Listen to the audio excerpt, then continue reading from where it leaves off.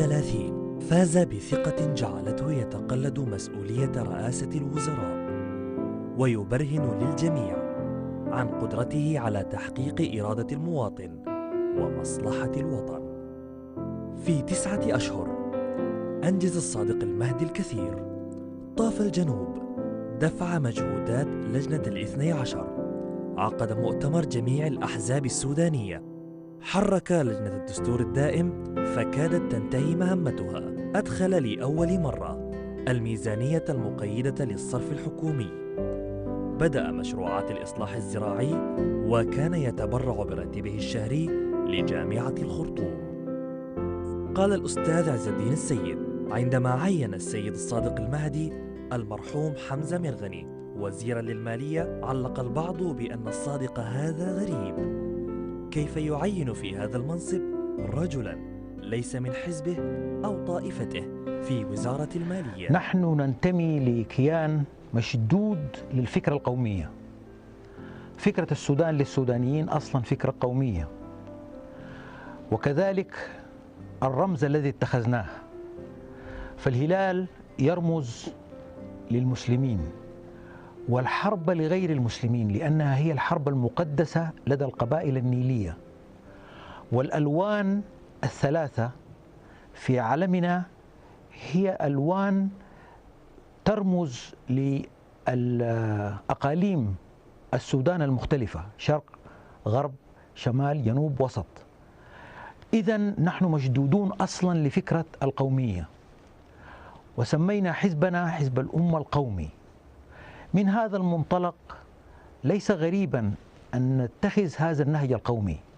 نعم، اخترت الأخ حمزة مرغني رحمه الله باعتبار أنه كان أصلح من يصلح لما أفسدته الإدارة المالية للبلاد، وهو شخص لا صلة لنا به إلا السودان والمواطنة في السودان.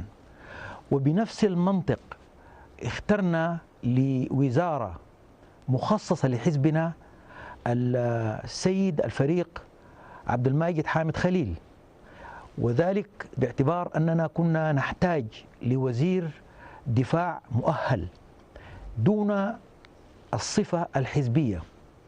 وبنفس المنطق اخترنا السيد حمزة مرغني النصري. هؤلاء جميعا تم اختيارهم وهم غير منتمين لنا لا حزبيا ولا دينيا من ناحية أنصارية، وإنما لأنهم سودانيون مؤهلون. الحقيقة إذن أن اختيارنا لهذه الشخصيات هو اختيار يدل على الالتزام بالنهج القومي واختيار الناس لمؤهلاتهم لا لأي انتماء خاص. وقال المرحوم محمد عمر بشير: كانت حكومة السيد الصادق المهدي جادة في وضع الدستور الدائم وإجازته في أسرع وقت ممكن، وفي إجراء الانتخابات في 36 دائرة بالجنوب لم تجرى فيها الانتخابات عام 65 900 وألف ميلاديا. كل ذلك كان خلال 9 أشهر فقط.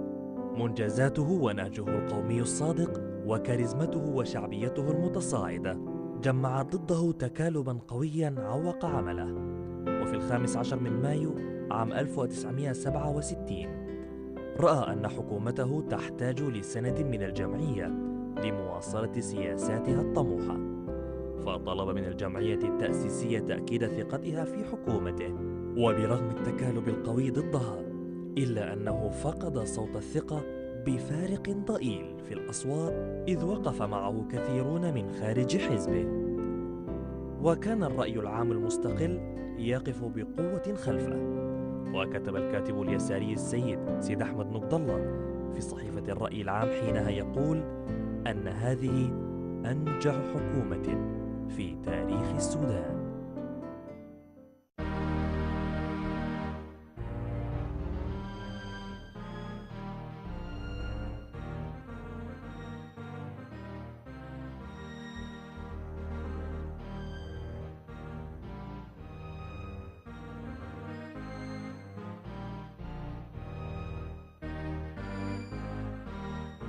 كانوا يتحدثون عن الحكومة بإيجابية، وهو حديث لم أسمع مثله في سنوات عمري العشرين اللاحقة. والآن قد جاء الصادق المهدي مرة أخرى باختيار الشعب أيضا. ترى ماذا لديه ليقدم في فترة انتخابية أخرى؟ الأيام وحدها سوف تخبرنا. حكم الصادق من جديد كهلا في صيغة حكم ائتلافي مواجه بصعوبات جمة تحد من قدرته على تحقيق برنامجه الطموح. فقد ورث بلدا اقتصاده معجز ونموه سالب 12%، وقيمة الجنيه السوداني متدهورة، ومرهق بالديون الخارجية التي استحدثها وضاعفها الحكم الشمولي المايوي. ومن جديد انتهج الجدية والقومية، فجاء بالسيد ميرغن النصري عضوا في مجلس السيادة عن حزبه وهو مستقل، وفي 3 سنوات فقط غير النمو إلى موجب 12%، وأبطأ من عجلة التدهور، وسار في خط الأسلمة بما يضمن حقوق غير المسلمين ويطمئنهم، وجدول عتبات اتفاقية السلام بالمؤتمر الدستوري المزمع في 19 من سبتمبر عام 89، والذي قطع عليه انقلاب يونيو 89 الطريق باعتباره تخليا عن الشريعة.